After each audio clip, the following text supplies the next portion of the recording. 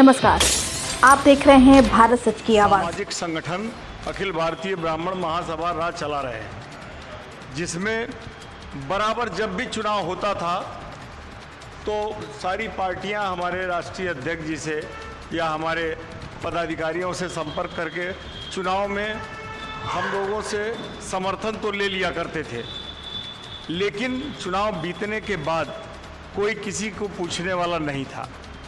इसका परिणाम ये हुआ कि अभी जो पिछला 2022 का चुनाव बीता है आपका, उसमें अखिल भारतीय ब्राह्मण महासभा और सर्वजन हित पार्टी के नेतृत्व में 138 संगठनों का जो है एकीकरण हुआ था, जो भारतीय जनता पार्टी को मिल करके जो है एक 15 सूत्री हमने मांग दिया था।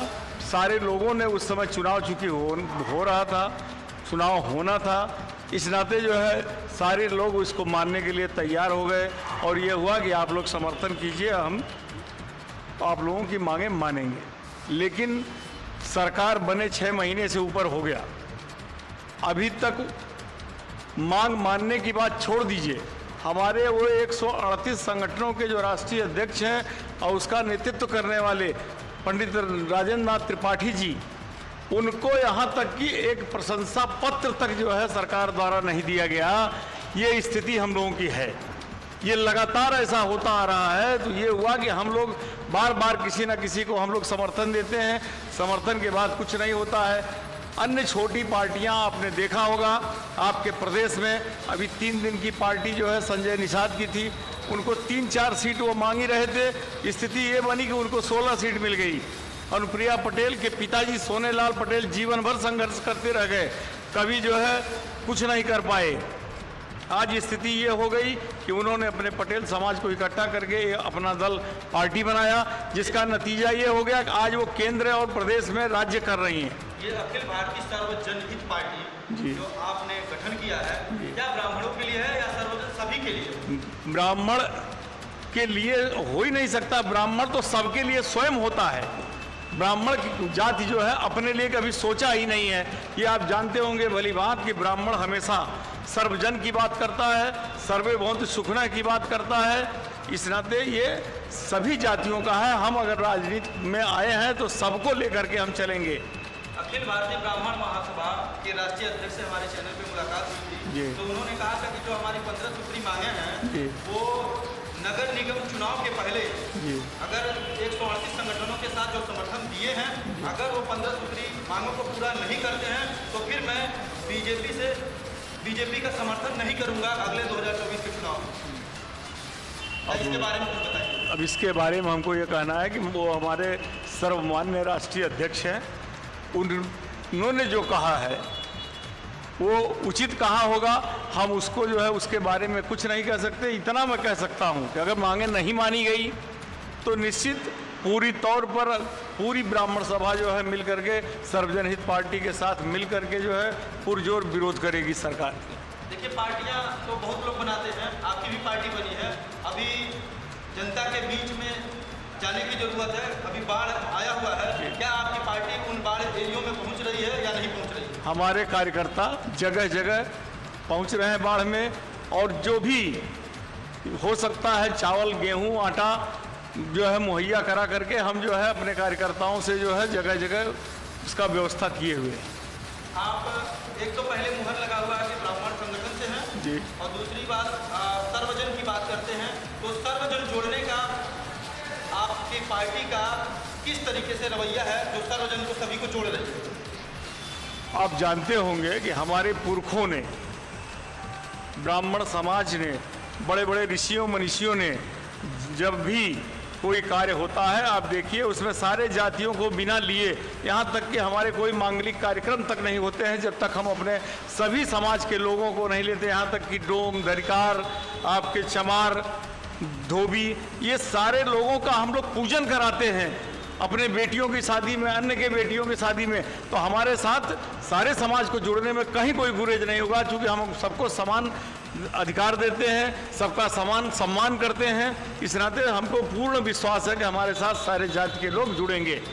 धन्यवाद। देखिए, राष्ट्रीय अध्यक्ष जी का कहना है कुछ संगठन के लोग होते हैं जो जातियों में मतभेद पैदा करते हैं, लेकिन सर्वजन हित पार्टी के राष्ट्रीय अध्यक्ष का कहना है कि मेरे परिवार नहीं, मेरे समाज में अगर कोई शादी ब्याह होता है तो सबसे पहले दलित से ही दलित का पूजन होता है।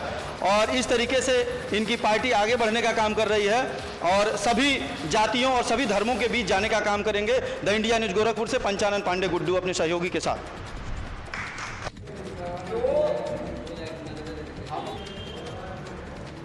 लेकिन उनके अंदर एक चीज वो जातपात वगैरह लेके नहीं, वो हिंदू राष्ट्रीय संकल्पना के साथ हिंदुत्व के मुद्दे को लेकर के वो चले।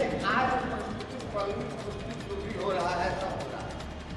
अतिथि किराया 138 संगठनों के समर्थन के बाद भी कुछ नहीं मिलने का 22 वर्ष से वो बेचारे मेहनत कर रहे हैं, आज चल रहे हैं, दौड़ रहे हैं, मिसरियाँ काट रहे हैं, माला पहना रहे हैं। तो आप अपने पर ही इसका आकलन करके देखिए।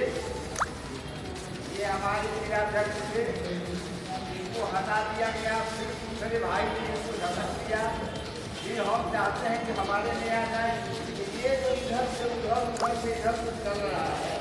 अभी आया है वो लड़का तो समान आर्मी का राष्ट्रीय अध्यक्ष है, सभी बहुत अच्छी तरह से जानते हैं हम लोग। हम उसकी निंदा नहीं कर रहे, कहीं कुछ कर रहा है भाई, सबकी अपनी रोजी रोटी है, चला रहे हैं लोग, दुकानें ही चल रही है। तो ये वो भी खोल लिया है।